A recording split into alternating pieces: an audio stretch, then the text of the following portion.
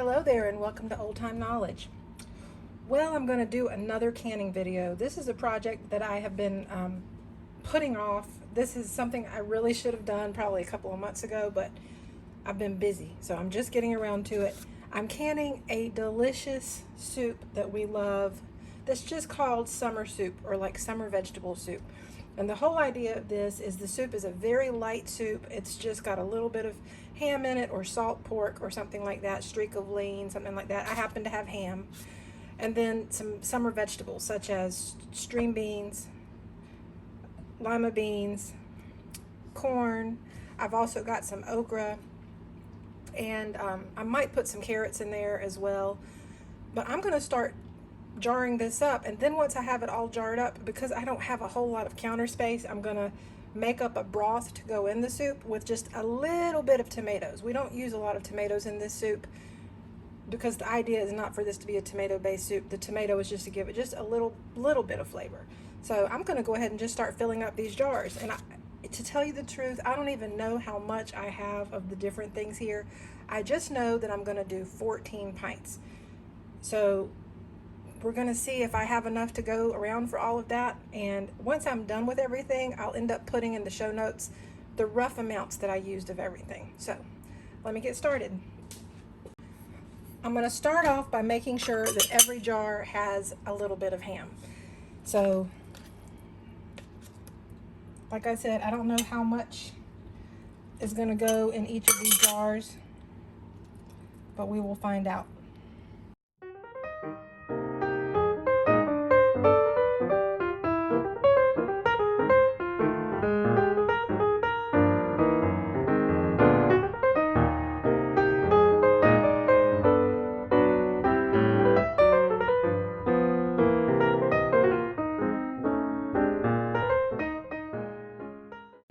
All right, so with one ham steak, so I bought 2 Smithfield's ham steaks because I wasn't sure how much I was going to need, but with one Smithfield ham steak, I was able to get a little bit of ham in each jar, and I've got some left over, so I'm going to top off the jars that look a little bit light with some of the extra ham.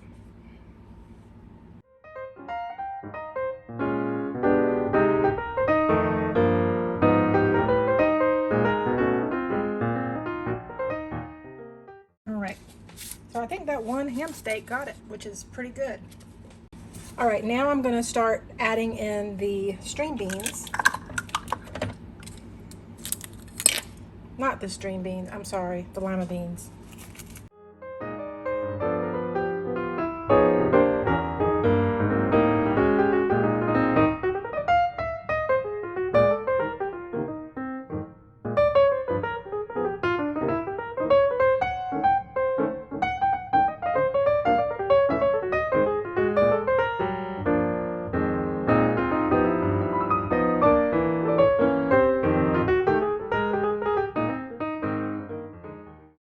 One thing I will mention is the lima beans that I'm using are like the baby frozen lima beans. So these are not the kind of lima beans that require any soaking.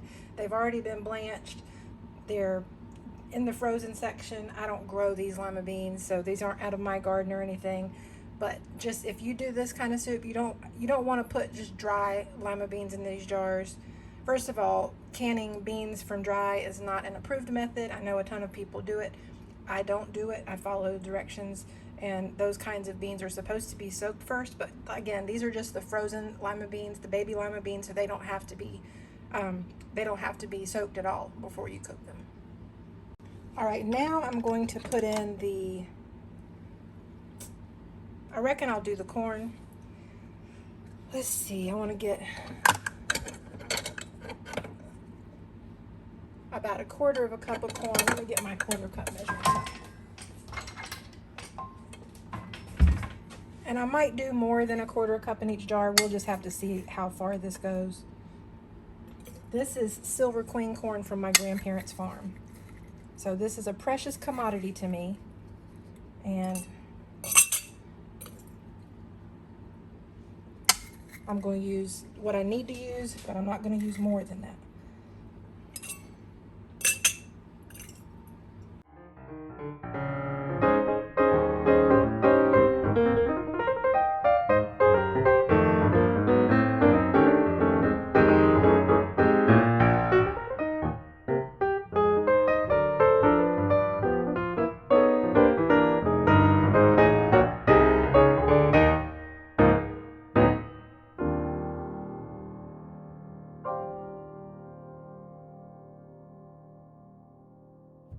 All right, now I'm going to do the green beans.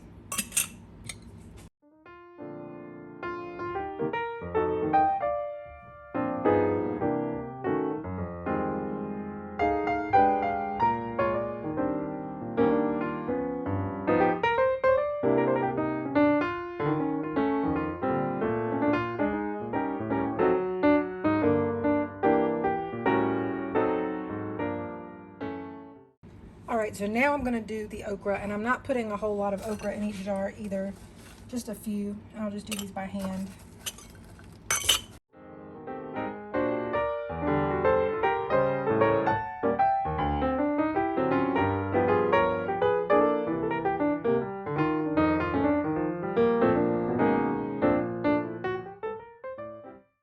So I've got some okra left over. I'm not going to worry about putting all this in the jars because you don't want a whole lot of okra. Well, we don't want a whole lot of okra in these. So now I think I might actually add some chopped up baby carrots, but I've got to get those ready first. So I'll be right back. All right, so I've gotten just these baby carrots chopped in a few pieces. I'm just going to add these to the jars. I'm not going to worry about the funnel for this. Let's see. Hopefully this is enough. We'll find out.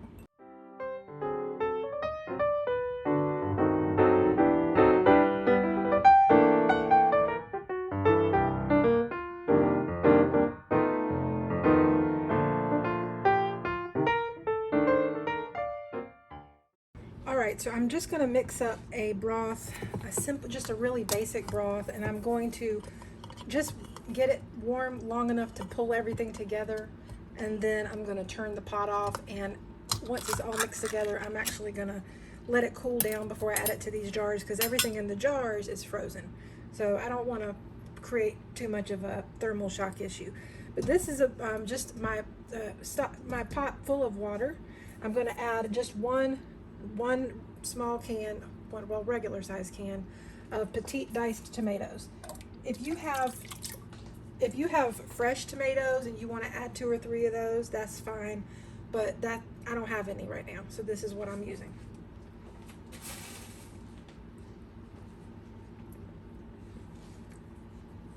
I'm also going to add a good amount of salt, and this will be just to taste. So I'm going to add this until it tastes like it's got a good flavor.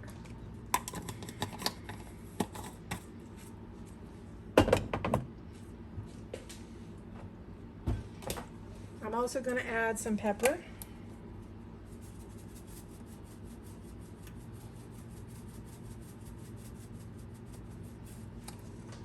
And I made a decision just because I want to. I'm going to go ahead and take that other ham steak that I bought, and I'm going to tear it apart and go ahead and put that ham in these jars, so it'll have twice as much ham, just because I think there's room for it and I think it'll be good. All right, I'm going to give a taste test to this broth.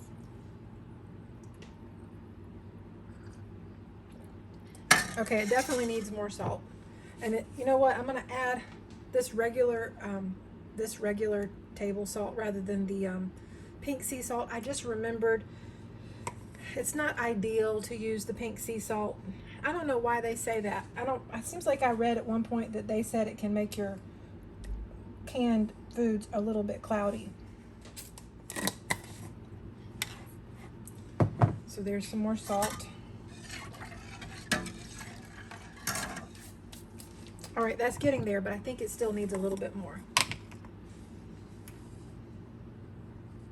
Not quite that much.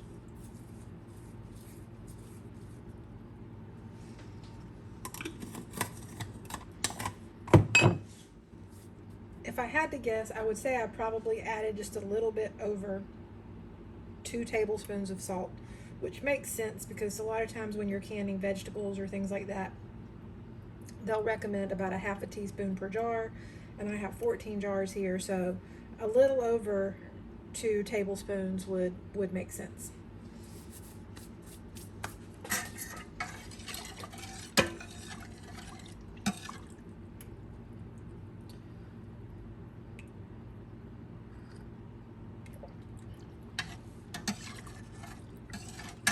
All right, that's good, that's perfect. So now I'm actually going to add just a tiny bit, like probably I don't know, a tablespoon or so of sugar, and that's just to punch it up a little bit. A lot of times I like to use honey baked ham in this, but I don't have honey baked ham this time. It's Smithfield ham, so I'm just going to add a little bit of sugar just to give it that little hint of sweetness.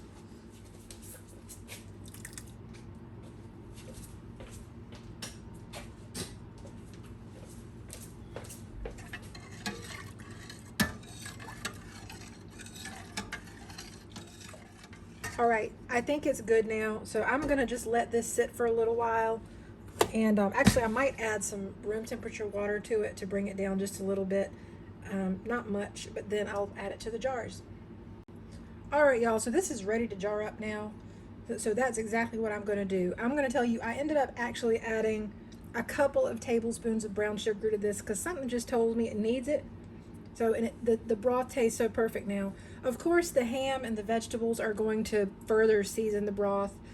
So the idea isn't to get the broth exactly perfect in this pot because it's going to be mingling with the ham and the vegetables. But it tastes perfect so far. So, and I know how this tastes because I've made this many, many, many times before. And it seems like I always do something just a little bit different, but it comes out about the same every time. And if you make this, I'm just going to tell you, you can absolutely use any kind of bouillon or whatever to make a broth.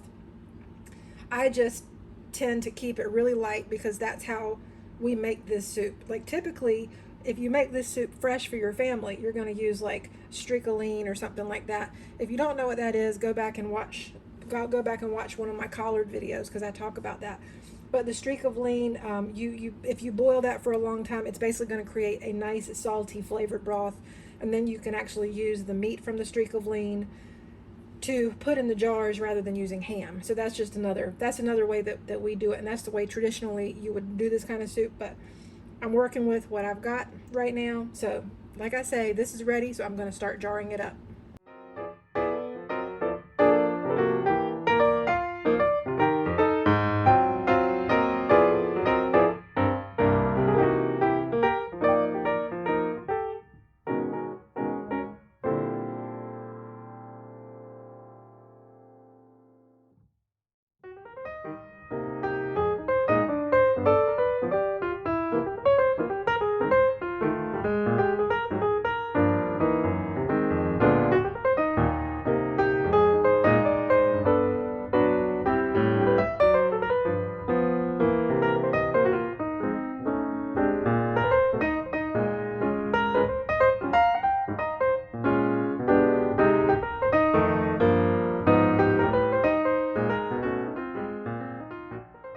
All right, so now it's time to debubble the jars, which just means I'm gonna stick a chopstick down in here.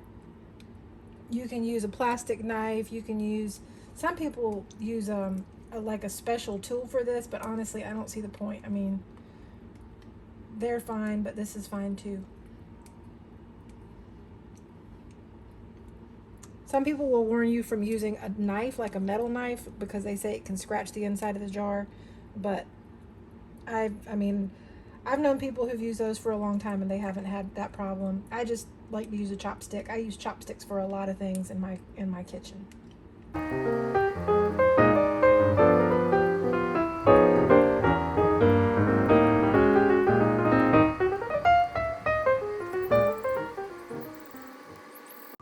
All right, so now that they're all debubbled, they're filled, they're ready to go. I should mention that they're at a 1-inch headspace for each jar. So this is just a lovely, colorful soup. You can do a lot of things with it. There's actually a recipe on the National Center for Home Food Preservation where you can make up your own soup recipe, which is kind of what I've done here, where you're using a certain amount of meat and a certain amount of vegetables and then a certain amount of broth. And it works out about like this because the whole idea is if you actually use half of the jar is full of your solid things, which is like meat and vegetables, and then the other half is broth. That's like a set recipe, and you can use whatever seasonings you want. The only thing you can't use is you can't use thickeners. So you're not going to use anything like if you're making a stew or something, you're not going to use flour or cornstarch or anything like that. But next thing I need to do is I'm going to clean the rims of the jars to make sure there's no grease or anything like that from what I put inside, no salt or anything. And then I'll put the lids on and get them in the canner. All right, so I have just got finished cleaning the rims of all the jars, just like this. I just didn't record that part, but I'm not going to go back through and redo all of them. But like I say, you're just going to use, I use vinegar. You can also use water. You're just going to go around the rim of each jar like that and make sure they're all clean, which I have done. Now I'm going to put the lids on the jars. And since this is going to be pressure canned, these, you don't have to sterilize the lids. Just make sure they're washed and clean.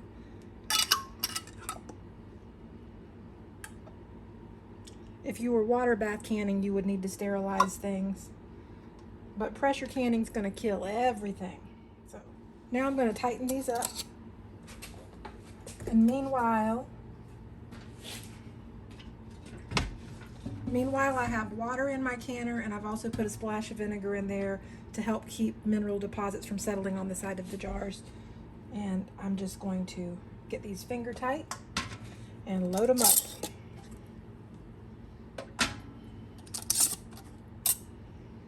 Isn't that lovely, y'all? Look at that.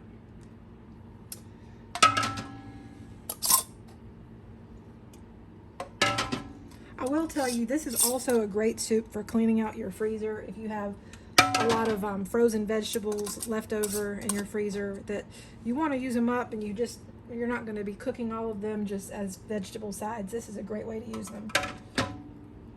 You can do any vegetables that you want.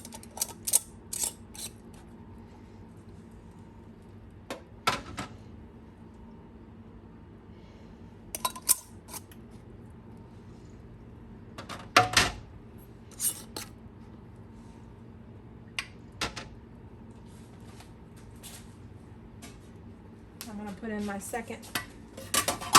second rack in the canner, and I'll show you the canner once it's all full. Let's see. Actually, let me raise this up.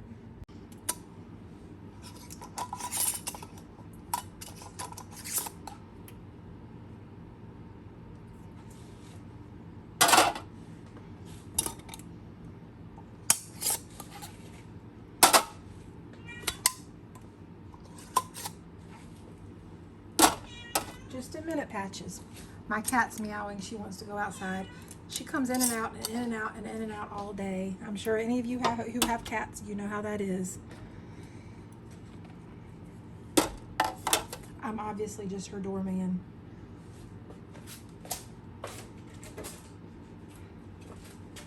So now that I have the canner loaded, let me turn it around because it's actually backwards. All right, now that I have the canner loaded, I'm going to put the top on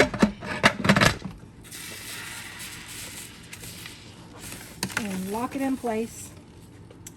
And I'm going to be watching for this little valve to start releasing steam. Once it starts releasing steam, it needs to release steam for 10 minutes. So once I see this releasing steam, I'm going to start timing 10 minutes. And once it's been releasing steam for 10 minutes, then it'll be time to put the weight on and bring it up to pressure, and we'll go from there. All right, this canner has been venting for 10 minutes. That little, I don't know what that thing is called. That little thing in the back is trying to come up, and it's going to come up. I'll probably almost as soon as I put the weight on, but I'm going to put the weight on now. There it goes. So I'm going to put the weight on now and wait for it to come up to pressure. I live at sea level, like literally at sea level, because we live on an island. So for me, I need to bring this up to 11 pounds of pressure. If you live at a higher elevation, you might have to put it at 13 pounds of pressure or 15 pounds of pressure. I would recommend consulting the National Center for Home Food Preservation to find out what pressure you should be canning things at. But they also have all the guidelines for everything as far as canning safety. So definitely go to that site. I'm going to link it in the comments below.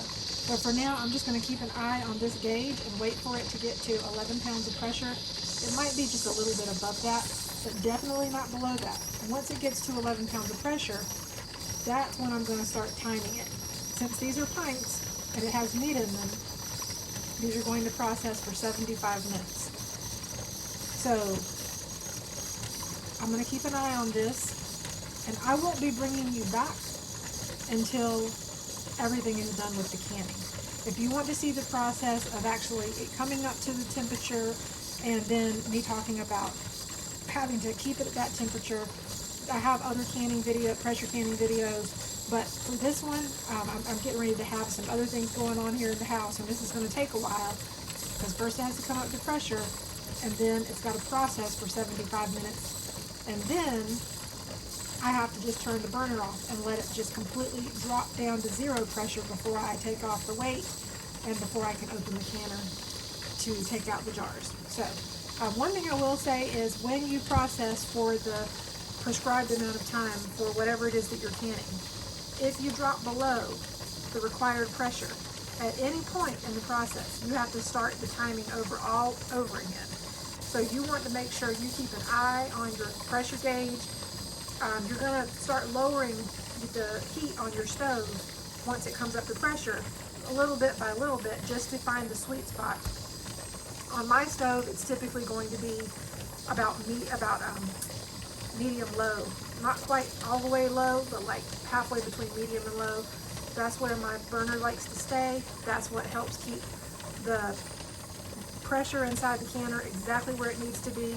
Even though I'm supposed to process at 13 pounds of pressure, it tends to hang out like around 12 pounds of pressure, and that's okay. I'd rather it be a little too high than too low, because if it drops too low, again, you have to start the timing all over again. And that can cause you to have really overprocessed food. So I'll bring you back once this whole canning process is done, and I'll show you how they turned out. Alrighty, so the jars have finished processing. The pressure gauge on the canner has come all the way down to zero. Let me lift this just so you can see. The little thing back there has dropped, and if I take this off, there's no steam rushing out.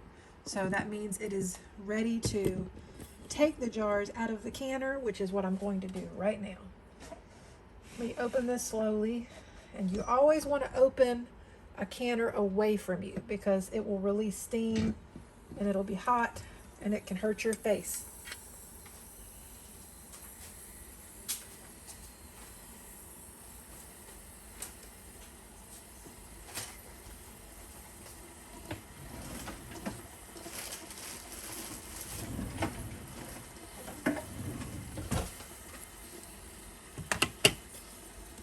Let me lift this just a little.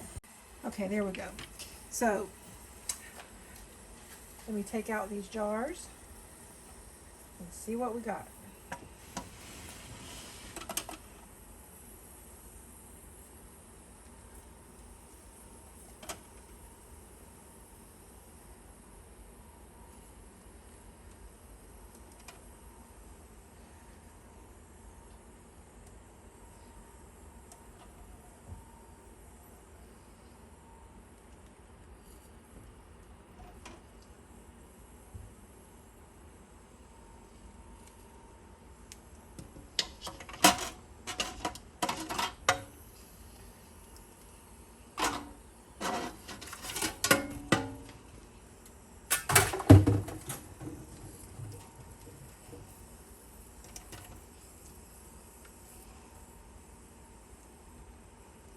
Looks like there's been a little bit of siphoning in the pot, but we'll see if we can figure out which one it was once I've gotten them all out. I have a feeling it's going to be this one right here because there's more liquid on top of that one that looks like soup, but also the liquid is a little bit lower in the jar. All right, so here they are. They're just bubbling away. I fully expect that all of these are going to seal just fine. I'm already hearing them start popping, which indicates they've got a good seal. Sometimes you will have just a little bit of siphoning. It's not ideal, but it does happen.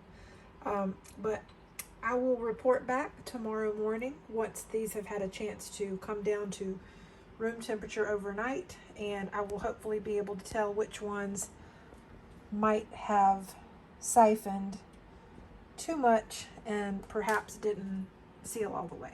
So I'll be back. Alrighty friends, these jars of soup came out wonderfully. It's the next morning. I'm actually running water in my sink right now because I'm getting ready to wash these, because there was this little bit of siphoning from one of the jars on top, or a couple of the jars on top. But it's going to be delicious and it's going to be fine. And I'm looking forward to putting this on my pantry and giving some to my dad. So thank you so much for watching, and I'll see you again soon. Bye-bye.